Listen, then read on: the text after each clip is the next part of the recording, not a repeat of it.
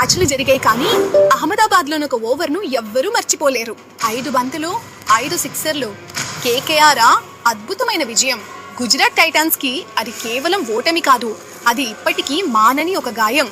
ఈ మ్యాచ్ కేవలం points table పోరాటం కాదు, ఇది పశ్చాత్తాపం, ప్రతీకారం కదా. ఐపీఎల్ 2026లోని మ్యాచ్ 25లో మళ్ళీ ఈ రెండు జట్లు ముఖాముఖిగా తలపడనున్నాయి. ఒకవైపు శుభ్మన్ గిల్ నేతృత్వంలోని కేనికల్ టైటాన్స్, మరోవైపు అరిజిత్ రాణే నాయకత్వంలోని Knight Riders. Kolkata Knight Riders మళ్ళీ అదే చరిత్రను పునరావృతం చేస్తాయా, లేక ఈసారి జీటీ తమ ఇంట్లో ప్రతీకారం తీర్చుకుంటుందా చూడాలి. మరి నేరుగా అహ్మదాబాద్లోని నరేంద్ర మోదీ స్టేడియంకు వెళ్ళిపోదాం. ఈ సర్ఫేస్ ఒక క్లాసిక్ బ్యాలెన్స్ టెక్.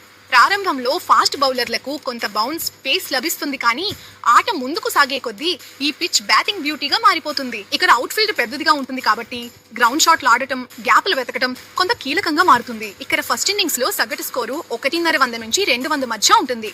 రెండో ఇన్నింగ్స్ లో డ్యూ 100% ఉంటుంది. కాబట్టి టాస్ గెలిచిన ఏ కెప్టెన్ అయినా ముందుగా బౌలింగ్ ఎంచుకుంటాడు. రెండు జట్ల ప్రాబబుల్ ప్లేయింగ్ 11 ఇలా కనిపిస్తాయి. ఇప్పుడు రెండు జట్ల బలాలు మరియు ఆందోళనలపైకి వస్తాం. ఇక్కడ జీటీ బలం అంటే వారి లీథల్ మరియు బ్యాలెన్స్డ్ బౌలింగ్ అటాక్. రబాడా మరియు సిరాజ్ పవర్ ప్లేలో, రషీద్ ఖాన్ మిడిల్ ఓవర్లలో గేమ్ ను కంట్రోల్ చేస్తారు. ప్రసిద్ధి కృష్ణ ఇప్పటి వరకు హైయెస్ట్ వికెట్ టేకర్. వీరి కోసం concern Sai Sudharsan form. KKR కోసం అయితే కన్సర్న్లు. వారి బ్యాటింగ్ కూడా బౌలింగ్ కూడా. ఫిన్ అలన్ ఫామ్ పై ఇప్పుడు ప్రశ్నలు వస్తున్నాయి. ఆయన స్థానంలో టిమ్ సైఫర్ట్ కు అవకాశం ఇవ్వాలి.